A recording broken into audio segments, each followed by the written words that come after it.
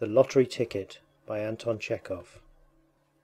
Ivan Dmitritch, a middle-class man who lived with his family on an income of 1200 a year and was very well satisfied with his lot, sat down on the sofa after supper and began reading the newspaper. I forgot to look at the newspaper today. Look and see whether the list of drawings is there. But hasn't your tickets lapsed? No, I took the interest on Tuesday. The number? Series 9499, number 26. Alright, we will look. 9499 and 26. She had no faith in lottery luck, and would not, as a rule, have consented to look at the lists of winning numbers. But now, as he had nothing else to do, and as the newspaper was before his eyes, he passed his finger downwards along the column of numbers. And immediately, as though in mockery of his scepticism, no further than the second line from the top, his eye was caught by the figure 9499. Unable to believe, Masha! 9499 is there! he said in a hollow voice. His wife looked at his astonished and panic-stricken face and realized that he was not joking. 9499? Yes, it really is there. And the number of the ticket? Oh yes, there's the number of the ticket too. But stay. Wait, no. I say, anyway, the number of our series is there. Anyway, you understand? Looking at his wife, Ivan Dmitritch gave a broad, senseless smile, like a baby when a bright object is shown it. His wife smiled too. It was as pleasant to her as to him that he only mentioned the series, and did not try to find out the number of the winning ticket. To torment and tantalize oneself. It is our series, so there's a probability that we have won. It's only a probability. But there it is. Now, we'll look. Wait a little. We have plenty of time to be disappointed. It's on the second line from the top. So the price is 75,000. That's not money, but power. Capital. In a minute, I shall look at this list. And there, 26, eh? I say, what if we have really won? The husband and wife began laughing and staring at one another in silence. The possibility of winning bewildered them. They could not have said, could not have dreamed, what they both needed that 75,000 for, what they would buy, where they would go. They thought only of the figures 9499 and 75,000, and pictured them in their imagination, while somehow they could not think of the happiness itself which was so possible. Ivan Dmitritch, holding the paper in his hand, walked several times from corner to corner, and only when he had recovered from the first impression, began dreaming a little.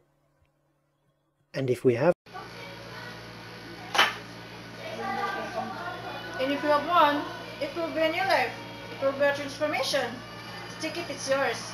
But if you don't mind, I should first of all, of course, spend 25,000 on real property in the shape of an estate, 10,000 on immediate expenses, new furnishing, traveling, paying debts, and so on. The other 40,000, I will put it in the bank and get interest on it. Yes, an estate. That would be nice.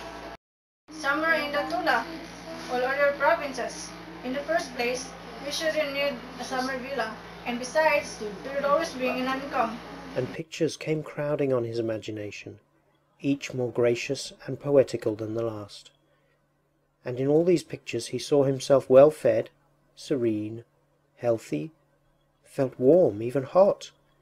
Here, after eating a summer soup, cold as ice, he lay on his back on the burning sand close to a stream, or in the garden under a lime tree. It is hot. His little boy and girl are crawling about near him, digging in the sand or catching ladybirds in the grass. He dozes sweetly, thinking of nothing, and feeling all over that he need not go to the office today, tomorrow, or the day after. Or, tired of lying still, he goes to the hayfield. Yes, it would be nice to buy an estate. "Said his wife, also dreaming. And from her face It was evident that she was enchanted by her thoughts.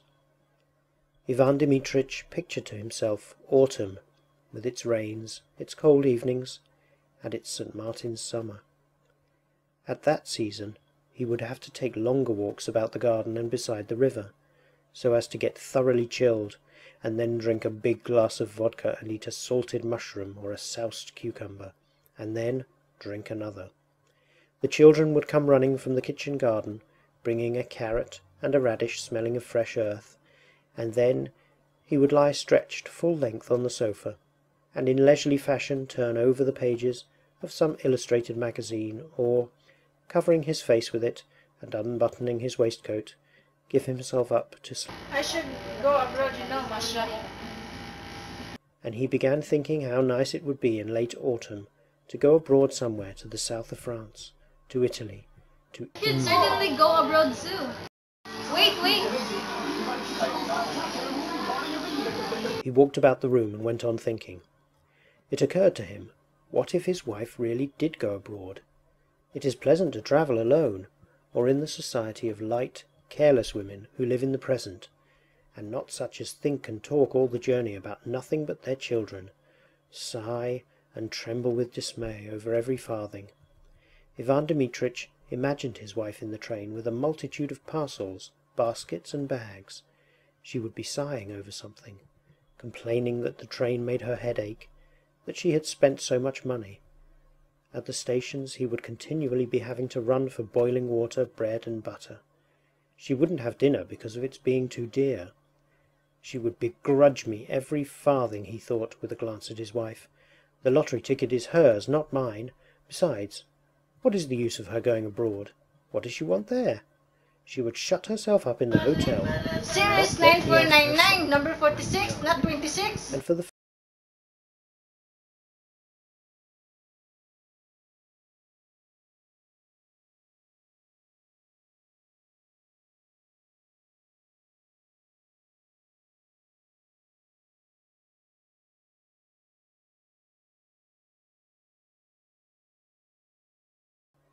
and he looked at his wife, not with a smile now, but with hatred. She glanced at him too, and also with hatred and anger. She had her own daydreams, her own plans, her own reflections. She understood perfectly well what her husband's dreams were. She knew who would be the first to try and grab her winnings. It's very nice making daydreams at other people's expense, is what her eyes expressed. No, don't you dare! Her husband understood her look. Hatred began stirring again in his breast, and in order to annoy his wife he glanced quickly, to spite her, at the 4th page, on the newspaper.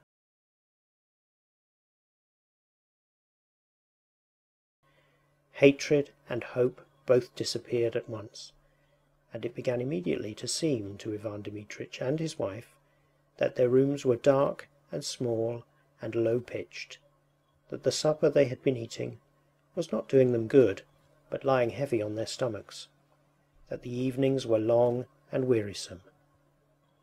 "What the devil's the meaning of it?" said Ivan Dmitritch, beginning to be ill-humoured. "Wherever one steps there are bits of paper under one's feet, crumbs, husks. The rooms are never swept. One is simply forced to go out. Damnation take my soul entirely! I shall go and hang myself on the first aspen tree."